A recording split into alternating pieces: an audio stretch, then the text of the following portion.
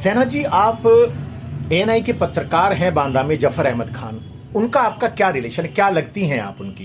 वो मेरा भाई है, छोटा। आपके भाई हैं? जी जी। अभी जो मामला चल रहा है, जो प्रयागराज में बताया गया कि जफर का जो मकान था वो बुलडोजर से गिरा दिया सरकार ने। जफर का नाम अतीक, जो माफिया डॉन है, उनके साथ जोड़ा जा रहा है। क्या मामला है सेनाथ जी? मामला देखिए कुछ भी नहीं है। मामला जो है ये है कि जफर अहमद ने कभी अतीक से हाथ भी कभी न मिलाया होगा, ना जफर अहमद कभी उनसे, मेरे ख्याल में कभी उन्होंने बात भी की होगी, न जफर अहमद उनके पूरे परिवार को पहचानते भी होंगे ठीक से, क्योंकि वो बांदा छोड़ के कभी बाहर जाते ही नहीं थे। हमारे घर परिवार के लोग इलाहाबाद में भी रहते हैं, कभी रिश्तेदारी में गए तो 2-3 घंटे से शादी ब्याह अटेंड किया और दूसरे ही टाइम लौट आते थे। वो अपने पद पे जिस पे थे इतनी जिम्मेदारी से अपना काम निभा रहे थे।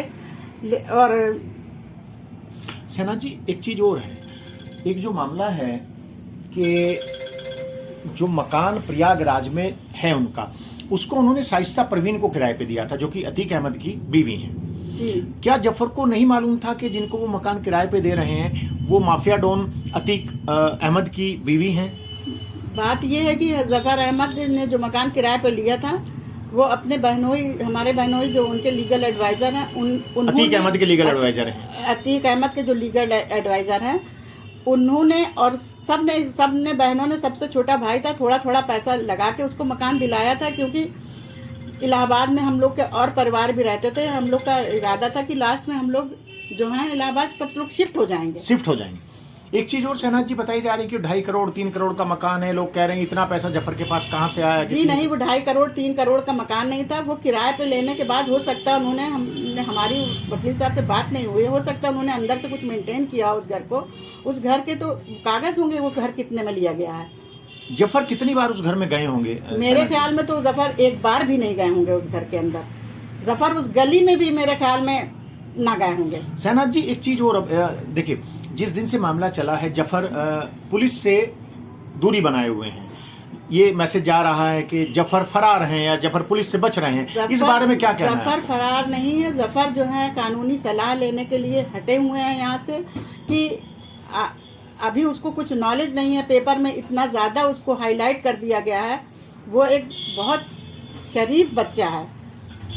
उसको LIU से उसकी जांच करा ली है, उसको एक मक्खी मारने पे उसके ऊपर आरोप नहीं। सेना जी, एक बहुत बड़ा सवाल पूछ रहा हूँ आपसे, क्या कभी अतीक अहमद आपके घर आए हैं या प्रयागराज उस घर में आए हों? अतीक अहमद उस घर में तो अतीक अहमद जेल में है। उस घर में क्या आएंगे वो? उनके परिवार का कोई मेंबर कभी? मेरे घर में आज तक उनके परिवार का कोई मेंबर नहीं आया। ये आप आस-पास पड़ोस मोहल्ला कहीं भी पूछ सकते हैं। मेरे बगल में दुश्मनी मेरे गेट से चल रही है, कानूनी मकान का मुकदमा चल रहा है मेरे गेट से, क्योंकि मेरे 2 बेटियां हैं, उन्होंने उसमें हिस्सा मांग रहे हैं। और वो लोग चाहे जो मेरे लिए गलत सलत बात उड़ा दें, लेकिन पूरा बांदा, पूरे अधिकारी, पूरी प्रशासन जानती है अच्छी तरह से कि जफर किस तरह के पत्रकार है। जफर रात दिन प्रशासन के सामने काम करने वाले, कभी प्रशासन ही खुद जानती होगी कि जफर अहमद बांदा से नहीं निकलते। आपका ये मानना है कि जो कंट्रोवर्सी चल रही है जफर को लेकर के, कहीं ना कहीं जो पारिवारिक विवाद चल रहा है वो भी उसके पीछे एक कारण है? उसका पीछे भी एक कारण है। उसका पीछा भी एक कारण है। क्या आपसे जफर कांटेक्ट में है? क्या लगता है कब जफर सामने आएंगे? जफर कानूनी सलाह ले रहे हैं, जैसे ही उनको कोई सही सलाह मिल जाएगी वो सामने आ जाएंगे। अच्छा, पुलिस यहाँ आई है आपके यहाँ सेना जी? पुलिस आई है मेरे घर में। सुना गाड़ी उनकी ले गई है पुलिस उनकी गाड़ी ले गई है। कह रही थी सड़क पे खड़ी है इसलिए हम ले जा रहे हैं गाड़ी सड़क। और जफर अहमद की वो गाड़ी भी चेक के माध्यम से, उसमें हम दोनों बहनों ने चेक दिया है उसको, और सेकंड हैंड गाड़ी खरीदी गई है उसकी। एक चीज हो रहा है सेना साहब, यहाँ ये जो मकान बांदा में जहाँ इस वक्त मैं आपके साथ मौजूद हूँ, ये आपका मकान है, जफर का मकान है? ये मेरा पुश्तैनी मकान है। ये मकान 1930 का बना हुआ। सुना है इस पे भी नोटिस भेजा है सरकार ने?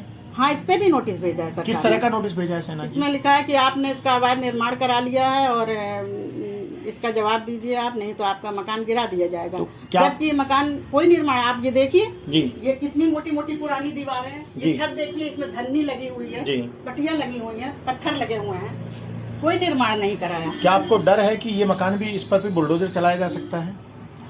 अब हम इसके बारे में क्या कह सकते हैं? हम एक अकेली महिला यहाँ रहते हैं, 2 बहनें हम लोग अकेले यहाँ पर रहते हैं, और एकमात्र मेरा भाई वो सहारा है यहाँ पे। हम लोगों की वजह से ही वो हम लोग के साथ रहता था कि दोनों बहनों के, मेरे कोई बेटा नहीं है, उनके भी कोई बेटा नहीं है। एक जो आम लोगों में, सरकार में, पूरे देश में एक मैसेज जा रहा है, या जो एक मान्यता बन गई है कि कहीं ना कहीं जफर अहमद खान जो एनआई के पत्रकार हैं, वो कहीं ना कहीं पर्दे के पीछे से इसे अतीक को सपोर्ट कर रहे थे। आप इस बारे में अपना पक्ष क्या रखना चाहते हैं? जफर अहमद अगर अतीक के कोई किसी भी तरह से अतीक का वो होता तो आज से मेरे मकानों का मुकदमा 20-20 साल से दुकानों का चल रहा है, जिसमें 100-100 रुपए पे किराएदार हैं। अगर हम लोग के ऊपर इतना पावर वाले हम लोग होते अतीक के, तो हम लोग वो मुकदमा नहीं लड़ते, खाली करा ले चुके होते मकान। आपकी नज़र में जफर एकदम इनोसेंट है?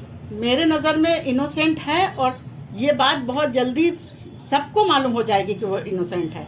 और आप हमारे माध्यम से कुछ कहना चाहेंगे सरकार को? और हम सरकार, प्रशासन, सबसे ये गुजारिश करना चाहते हैं कि आप उसकी पूरी बांदा में, वो बांदा में पैदा हुआ है, बांदा में पढ़ा है, बांदा में बड़ा हुआ है, आप उसके ऊपर कोई भी एक भी आरोप बता दें कि किसी को उसने एक चाटा भी मारा हो या किसी की वो साजिश में भी रहा हो। वो सिर्फ एक जिम्मेदारी से अपना काम निर्वाह करता है, अपने बच्चे पाल रहा है।